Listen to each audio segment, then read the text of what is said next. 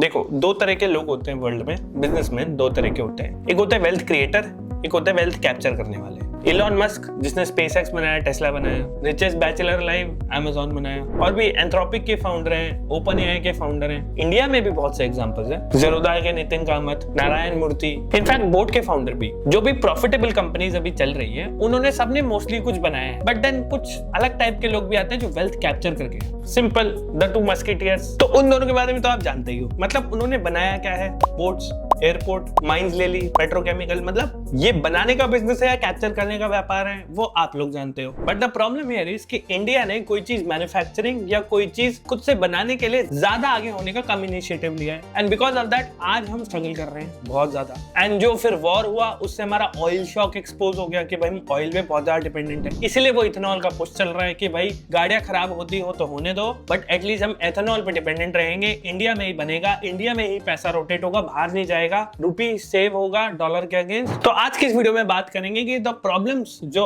हो रही है एंड उसके सॉल्यूशन में, कि इंडियन मिडिल क्लास क्या सच में खत्म हो रहा है इंडिया में। If you are actually a middle class और even if you are inspiring middle class, there are chances कि 10 साल बाद आप मिडिल क्लास नहीं बन पाओगे, एस्पायरिंग में रहोगे, क्योंकि मिडिल क्लास वाले लोग खुद नीचे दबते जा रहे हैं, एस्पायरिंग में जाते जा रहे हैं। ये प्रॉब्लम हो रही है। देखो, मैं आपको एक चीज दिखाता हूँ। ये this is the data, Indian class definition 2023 का डेटा है। इसमें 1.25 लाख रुपए साल के उससे कम का एक कैटेगरी है, 1.25 से 5 तक की कैटेगरी, 5 से 30 तक की। अब इसमें हायर अपर मिडिल क्लास आ जाता है, फिर आता है रिच। अगर आपकी इनकम 5 लाख रुपए साल की उससे कम है तो आप एक एस्पायर और मिडिल क्लास नहीं हो, ध्यान रखना। मतलब 40,000 रुपए कम से कम आपकी सैलरी है पर मंथ, तो आप एक एस्पायरर मिडिल क्लास हो, मिडिल क्लास नहीं हो।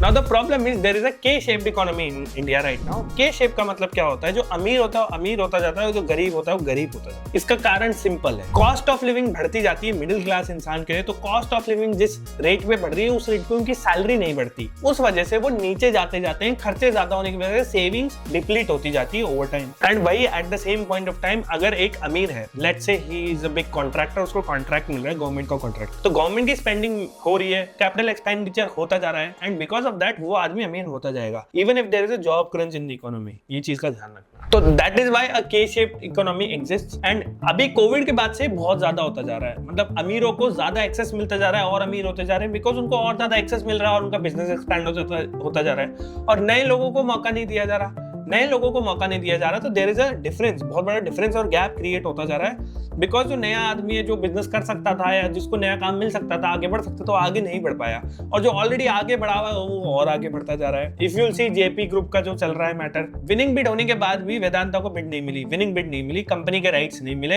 एंड इनफैक्ट ईडी और वो सबकी रेड हो गई। तो ये सब तो इंडिया में चलता रहेगा। टॉप 1% ऑफ इंडिया, अगर आप ऐसे समझो, इंडिया में 100 रुपए ही कमाते हैं लोग टोटल, और इंडिया में 100 ही लोग हैं। तो जो एक बंदा है, टॉप का एक बंदा, उसके पास 40 रुपए हैं। जो टॉप के 10 लोग हैं टोटल, उनके पास इंडिया के टोटल 60 रुपए हैं। मतलब एक बंदे के पास 40 रुपए हैं, बचे हुए 9 लोगों के पास 20 रुपए हैं, और नीचे के 50 लोग हैं, उनके पास कुल मिला के सिर्फ 40 रुपए हैं। मतलब एक बंदे के पास 1 रुपया भी नहीं है, लेस देन 1 रुपी है। ये प्रॉब्लम क्रिएट हो रही है पर कैपिटल इनकम। हम ओवरऑल वर्ल्ड की 4th largest, 3rd largest, first भी बन जाएंगे, और अब तो वापस नीचे आ गए। हम आगे तो जाते जा रहे हैं पर कैपिटल इनकम के बेसिस पे, क्योंकि एक पर्सन की कितनी ज्यादा कमाई है ऑन एन एवरेज, उस बेसिस पे हम नीचे जाते जा रहे हैं, क्योंकि डिफरेंस बहुत ज्यादा बड़ा है। एंड ये डिफरेंस क्यों बड़ा है? Because there is a K shaped economy. अमीरों को फायदा हो रहा है, गरीबों को नुकसान हो रहा है। अंबानी की वेल्थ 7 साल में 2019 से आज तक 7 गुना बढ़ गई है, 613%। एंड अंबानी की वेल्थ 153%, मतलब 2.5 गुना बढ़ गई है। ग्रोथ तो हो रही है, ग्रोथ में कोई कमी नहीं है, बट सिलेक्टिव लोगों की हो रही है। एंड बिकॉज ऑफ दैट बहुत से मेजॉरिटी ऑफ दी लोग जिनको मौका नहीं मिल पा रहा या कर सकते थे, उनको आगे नहीं बढ़ने दिया जा रहा। Do you know there is an index called crony capitalism index, उसमें इंडिया 10th नंबर पे आता है। मतलब वो काम जिस काम को गवर्नमेंट डिसाइड करती है, जैसे नेचुरल रिसोर्सेज से कुछ निकालना है, कॉन्ट्रैक्ट्स मिलके पैसा बनना है, वो सारा पैसा एक कैप्चर्ड बिजनेस के अंदर आता है, और उसमें 2 ही लोग आगे बढ़ रहे हैं, यू नो दैट। अब अगर हम बात करें इंडिया के टॉप बिलियनर्स का पैसा कहां से आया, इंफ्रास्ट्रक्चर, इंडस्ट्रियल प्रोडक्ट्स और एनर्जी, इन 3 चीजों से। तो ये तो नेचुरल रिसोर्सेज का पार्ट है, और जो चीज नेचुरल रिसोर्सेज का पार्ट नहीं, उसमें गवर्नमेंट की परमिशन जरूरी है, उसमें भी हमारे लोग आगे हैं, तो परमिशन तो इजीली मिल जाएगी। अभी पैसा घूमता कैसे है, बाय सिस्टम, बाय डिजाइन, कैसे डिजाइन किया मैं आपको बताता हूँ। इलेक्टोरल बॉन्ड्स आए थे, उधर से पैसा गया सरकार को, सरकार ने कॉन्ट्रैक्ट दिए कंपनीज को, कंपनीज ने पैसा कमाया, वापस पैसा आया 1 नंबर में सरकार को। नेशनल ट्रेजरी का भी पार्ट नहीं है वो, इलेक्टोरल बॉन्ड्स है, वो एक पॉलिटिकल पार्टी के अकाउंट में गया है, ना कि गवर्नमेंट की पार्टी में। So that is what is happening right now. And by design बहुत से लोगों के बच्चों को गरीब रखा गया है या पढ़ाने नहीं दिया जा रहा। उसका कारण है गवर्नमेंट स्कूल आगे क्यों नहीं बढ़ पा रही है। उसका रीजन ये है कि अगर आप सबको पढ़ाई लिखाई दे दोगे तो लोग सवाल करने लगेंगे, सवाल करने लगेंगे तो वोट नहीं देंगे। एंड इनका 60% 70% vote bank below poverty line लोगों से आता है, तो इनको फ्री राशन देके चुप करा दिया जाता है बस। अगर ये सच में कुछ कर सकते हैं तो जितने भी पॉलिटिशियंस हैं बोले कि मेरे बच्चे जो बाहर पढ़ते हैं उनको गवर्नमेंट स्कूल में पढ़ाऊंगा आज से, एक रूल पास कर दे सुप्रीम कोर्ट, सब पॉलिटिशियंस के बच्चे गवर्नमेंट स्कूल में पढ़ेंगे। और जिस दिन से गवर्नमेंट स्कूल में वो पढ़ने लग गए उस दिन से गवर्नमेंट स्कूल बहुत आगे बढ़ जाएंगे और बहुत से लोगों का फायदा होगा। और दूसरी बात, सैलरीड में और बिजनेस में फर्क क्या है? सैलरीड पर्सन ज्यादा टैक्स दे रहा है बिजनेसमैन से। जो बिजनेसमैन ज्यादा कमा रहा है, 1% आदमी जिसने 40 रुपए पकड़ के बैठा है 40% वेल्थ कमांड कर रहा है, वो कम टैक्स पे कर रहा है। अगर आप इनकम बेसिस पे बात करो तो एब्सोल्यूट टर्म्स में तो वो ज्यादा दे रहा है, but actually if you talk about salary वाले का पहले टैक्स करता है, टीडीएस कटता है, उसके बाद अकाउंट में आ रहा है। बिजनेसमैन के नुकसान या फायदा वहां पे है जहां उसको पहले कमाई करनी है, उसके बाद में वो खर्चे काट रहा है, उसके बाद वो प्रॉफिट दे रहा है। तो most of the time profit एक कंट्रोल्ड फिगर होता है, सेल्स का एक नेट फिगर लाया गया होता है, एक्चुअल फिगर नहीं होता। Corporate tax rate in India right now is 17%। Salaried person की tax rate on an average is 20%। और वो भी टैक्स कब देगा बेचारा? जब सैलरी आ रही है उससे पहले ही टैक्स कट जा रहा है। इनकम टैक्स रिटर्न अगले साल भरनी है, हालांकि उस पे ब्याज मिल रहा है, पर क्या ही नेग्लिजिबल ब्याज मिलता है। द पॉइंट इज वो ब्याज भी नहीं चाहिए लोगों को, टैक्स पहले कटता है एंड बहुत सारा कटता है। That is the problem. अपने अगर आप आजू बाजू देखोगे के शेप्ड इकोनॉमी बहुत ज्यादा एकदम उछाल पे है।